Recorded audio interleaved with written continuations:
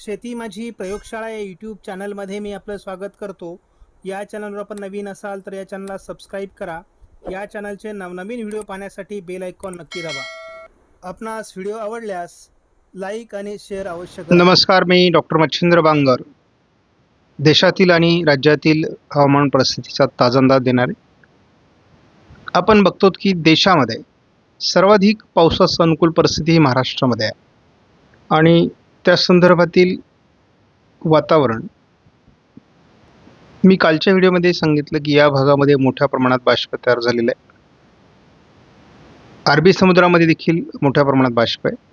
Monsoon पुढे सरकतोय, परंतु मध्य भारतावर मान्सून बऱ्याच प्रमाणात रखडला आहे. पूर्व शाखा आणि पश्चिम शाखा तेवढ्या प्रमाणात सक्रिय नव्हत्या. आज मात्र पश्चिमी शाखा थोड्या प्रमाणात सक्रिय होण्याची शक्यता आहे. त्यामुळे मान्सूनच्या पुढच्या प्रगतीत काही बदल होतो का हे आपल्याला बघावं लागणार आहे मॉडेलच्या आधारे. महाराष्ट्राच्या नकाशामध्ये आपल्याला सातत्याने बदल बघायला मिळतील. तसा हा 28 तारखेपर्यंतचा रिपोर्ट आहे, परंतु आज 29 आणि 30 तारखेला 2 दिवस आता फक्त जूनचे शिल्लक आहेत. त्यामध्ये किती प्रगती होते ते आपल्याला बघायचं आहे. परंतु मान्सूनच उशिरा आलेला आहे, कमी बरसलेला आहे, कमकुवत आहे. त्यामुळे लगेचच जिल्ह्यातील परिस्थिती बदलेल असं वाटत नाही. त्यामुळे बदलत्या हवामानानुसार आणि एल निनोच्या वर्षामध्ये महाराष्ट्रातील स्थिती चांगली होण्याकरता जुलै किती मदत करतोय हे आता महत्त्वाचं आहे. परंतु महाराष्ट्रासाठी जूनची घट ही मोठी असणार आहे. मान्सून संदर्भात 28 तारखेपर्यंत कोणतीही प्रगती झालेली नाही आहे दोन्ही शाखेची. त्यामुळे आपण अजूनही पुढील प्रगतीसाठी प्रतीक्षा करणार आहोत. हवामान बदलते, पण पूर्व भारतामध्ये आणि मध्य भारतामध्ये पावसासंदर्भातला ऑरेंज अलर्ट बघतो. उत्तर भारतामध्ये अजून पूर्व शाखा प्रभावी नसल्यामुळे उष्णतेची लाट ही जवळपास हरियाणा, उत्तर प्रदेश, बिहारपर्यंत दाखवण्यात आलेली आहे. 30 तारखेला पूर्व शाखा प्रभावी ठरेल असा अंदाज आहे. त्यामुळे उष्णतेची लाट कमी होईल आणि मान्सून देखील पूर्वेकडून पुढे सरकण्यास मदत होईल असा अंदाज आहे. 1 तारखेला संपूर्ण भारतामध्ये आपल्याला पावसाळी परिस्थिती दिसते. याचा अर्थ मान्सूनसाठी पुढील वातावरण अतिशय पोषक बनण्याची शक्यता आहे. आणि जेव्हा संपूर्ण भारतात पावसाळी वातावरणाचा आदेश दिला जातो तेव्हा साहजिकच आहे की पावसाचं प्रमाण वाढेल. म्हणजे जूनच्या तुलनेत जुलै बेटर असण्याची शक्यता आहे. तीच परिस्थिती आपल्याला अगदी 2 तारखेलाही दिसते. गुजरातचा पश्चिमी भाग जर सोडला किंवा तामिळनाडू सोडलं तर बहुतांश भारताच्या भागात पाऊस आहे. त्यामुळे जुलैची सुरुवात अतिशय चांगली होताना दिसते. शिवाय मध्य प्रदेश, महाराष्ट्राच्या बऱ्याच भागात ऑरेंज अलर्ट देण्यात आला आहे. हीच परिस्थिती आपण 3 तारखेलाही बघतो. बहुतांश भारताच्या भूभागावर आपल्याला पावसाळी परिस्थिती दिसते आणि हे महत्त्वाचं आहे. 4 तारखेला सुद्धा तीच परिस्थिती आहे आणि मान्सून त्यामुळे पुढे सरकण्यात मदत होईलच, परंतु जे पावसाचं प्रमाण आहे ते वाढेल. आणि 4 तारखेला आपल्याला पूर्व भारतातला पाऊस कमी होताना दिसतोय. त्यामुळे आणखी काही नवीन प्रक्रिया घडते का हेही बघावं लागेल. आपण 28 तारखेचा रिपोर्ट जर बघितला तर विदर्भ, मराठवाडा, तुरळक प्रमाणात कोकणात पावसाला सुरुवात झालेली आहे. पर्जन्यछायेच्या प्रदेशात थोडं वातावरण कमी दाखवलं असलं तरी उद्याच्या रिपोर्टमध्ये पश्चिम महाराष्ट्रात झालेल्या पावसाच्या नोंदी आपल्याला दिसतील. सध्या या आठवड्यामध्ये CFS मॉडेलने 28 पासून तर 5 जुलैपर्यंत कोकण किनारपट्टीसहित महाराष्ट्रात जोरदार पावसाचा अंदाज दिलेला आहे. पुढच्या आठवड्यात देखील म्हणजे 5 तारखेपासून 12 तारखेपर्यंत देखील महाराष्ट्रात जोरदार पावसाचा अंदाज कायम आहे. आपण JFS मॉडेलचा न्यूमेरिकल मॉडेल प्रेडिक्शननुसार अंदाज बघणार आहोत. यामध्ये आज महाराष्ट्रामध्ये पावसाचं प्रमाण वाढेल आणि थोडा पाऊस हा पश्चिमी शाखेकडून प्रगती करेल असा एक प्राथमिक अंदाज या ठिकाणी देण्यात आलेला आहे.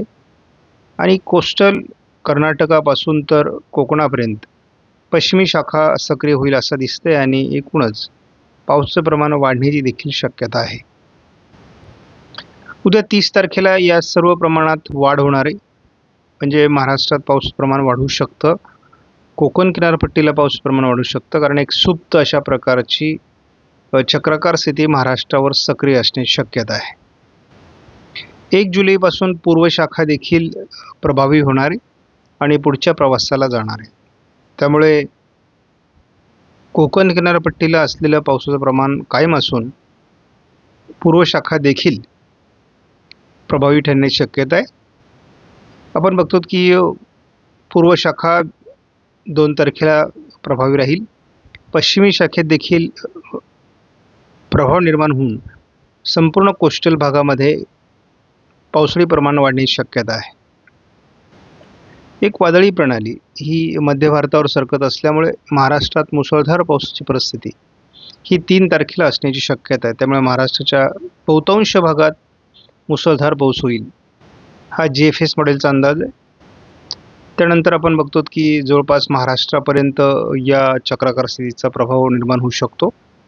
पर्यायाने आपण 2 चक्राकार स्थिती एकापाठी एक बघतो. या ठिकाणी एक सिस्टम विकसित होऊन ती भारताकडे निघेल, तर एक मध्य भारतावर असणार आहे. या दोघांमध्ये ट्रप असणार आहे आणि त्याच दरम्यान येणाऱ्या वाऱ्यांमुळे पश्चिमी शाखा प्रबळ असणार आहे. पूर्व शाखा ही अगदी जम्मू काश्मीरपर्यंत पोहोचण्याची शक्यता 4 तारखेला आहे.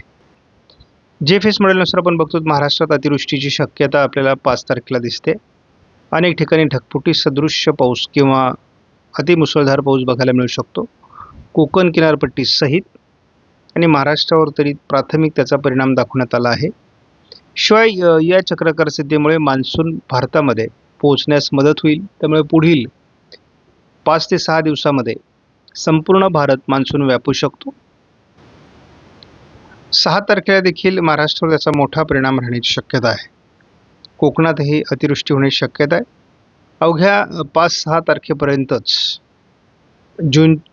जुलैची सरासरी महाराष्ट्र गाठू शकतो, एवढ्या प्रमाणात पाऊस होऊ शकतो.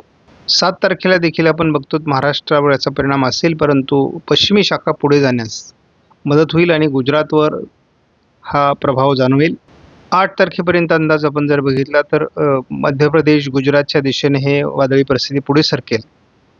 मात्र दरम्यानच्या काळात महाराष्ट्रात आणि कोकण किनारपट्टीला पावसाचा जोर कायम राहण्याची शक्यता आहे.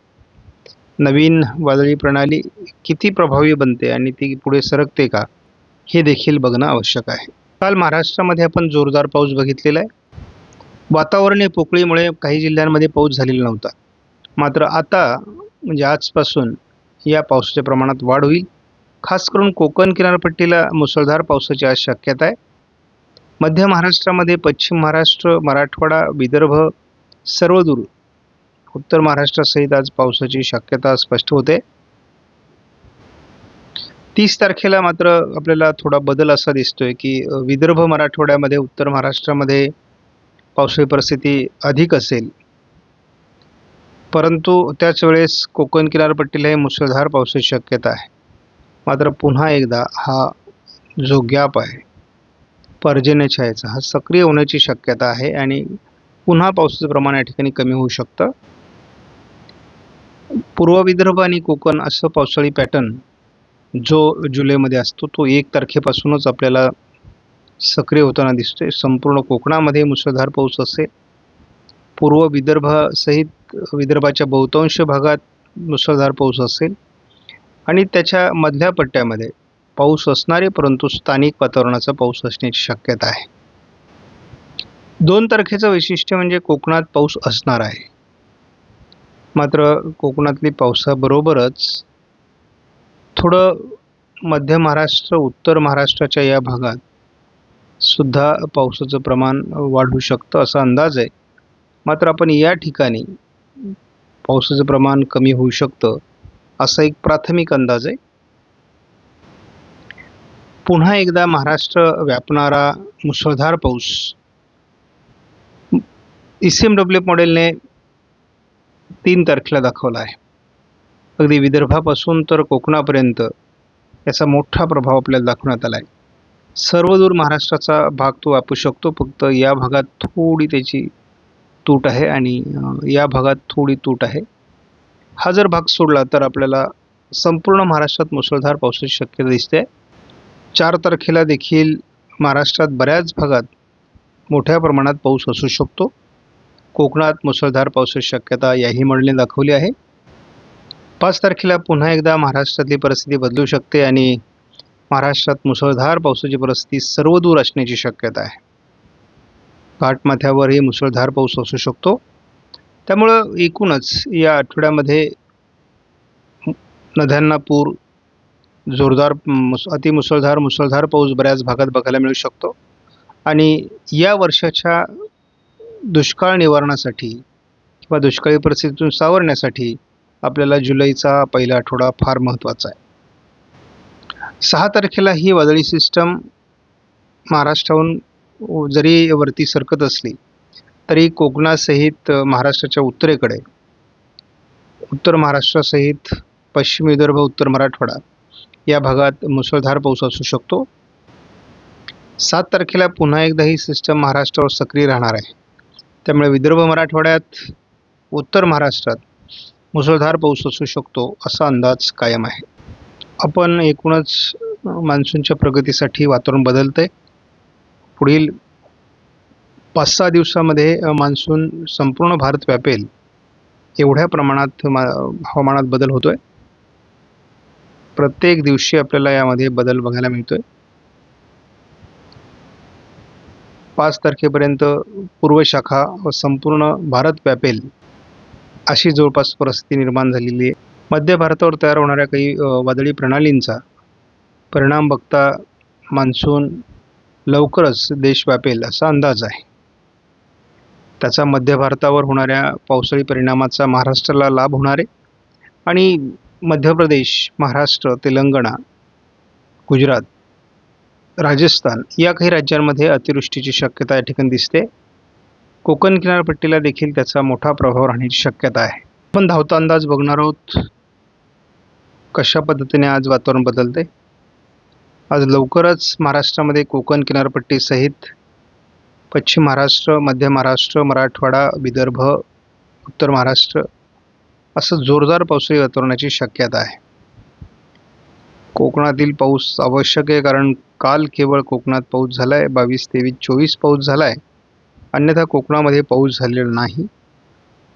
आपण बघतो की 30 तारखेला देखील सर्वदूर महाराष्ट्रात पावसाचा अंदाज कायम आहे आणि जोरदार पाऊस असणार आहे. जशी जुलै महिन्याची सुरुवात होईल तसं या पावसाच्या प्रमाणात वाढ होण्याची शक्यता मॉडेलने दाखवली आहे. महाराष्ट्रात सर्वदूर पावसाचं वातावरण कायम राहणार आहे. थोडं पर्जन्य छायेच्या प्रदेशात पाऊस कमी होऊ शकतो. 2 तारखेलाही मुसळधार पाऊस आपल्याला महाराष्ट्रात बघायला मिळू शकतो. 3 तारखेला देखील मुसळधार पाऊस आपल्याला महाराष्ट्रात बघायला मिळू शकतो. 4 तारखेलाही आपल्याला मुसळधार पावसाचं वातावरण आहे. कोकणात पावसाचं प्रमाण मोठं असणार आहे. हीच परिस्थिती 6 तारखेला देखील आहे आणि पश्चिमी वाऱ्यांची साथ मिळाल्यामुळे आपल्याला चक्राकार स्थिती ही मध्य प्रदेश, गुजरातच्या दरम्यान दिसते. परंतु ती महाराष्ट्राच्या जवळ असल्यामुळे महाराष्ट्रात बाष्पयुक्त वारे खेचले गेल्यामुळे मोठ्या प्रमाणात याचा प्रभाव निर्माण होईल. शिवाय ही चक्राकार स्थिती थोडी दक्षिणला सरकत असल्यामुळे महाराष्ट्रात त्याचा मोठा परिणाम जाणवण्याची शक्यता बऱ्याच जिल्ह्यांमध्ये आहे. आपण बघतो 6-7 तारखेपर्यंत या वादळी प्रणालीचा महाराष्ट्राच्या वेगवेगळ्या जिल्ह्यांमध्ये परिणाम होईल. 8 तारखेपासून पुन्हा एकदा मान्सून कमजोर होण्याची शक्यता आहे.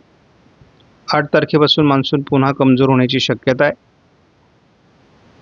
कोकण किनारपट्टीला हलकं वातावरण 9 तारखेलाही आहे, 10 तारखेलाही असणार आहे. परंतु महाराष्ट्रातील पाऊस थोडा कमजोर अवस्थेकडे पुन्हा जाण्याची शक्यता आहे. त्यामुळे आपण बघतो की जरी ढगाळ परिस्थिती कोकणात दिसत असली तरी महाराष्ट्रातील पाऊस कमी होत जाणार आहे.